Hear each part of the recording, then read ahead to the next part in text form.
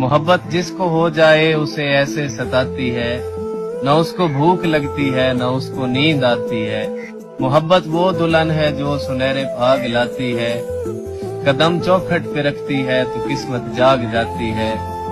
और मोहब्बत झुर्रियां पड़ने से बोसीदा नहीं होती, मोहब्बत हो तो फिर बालों की चांदी और भाती है। और मोहब्बत वो सुहागन है कि जिसके हाथ की मेहंदी पुरानी जिस कदर होती है रंगत और आती है। मोहब्बत दो अलग जिस्मों को यूं यकजां बनाती है, कहीं पर चोट लगती है कहीं से आह आती है।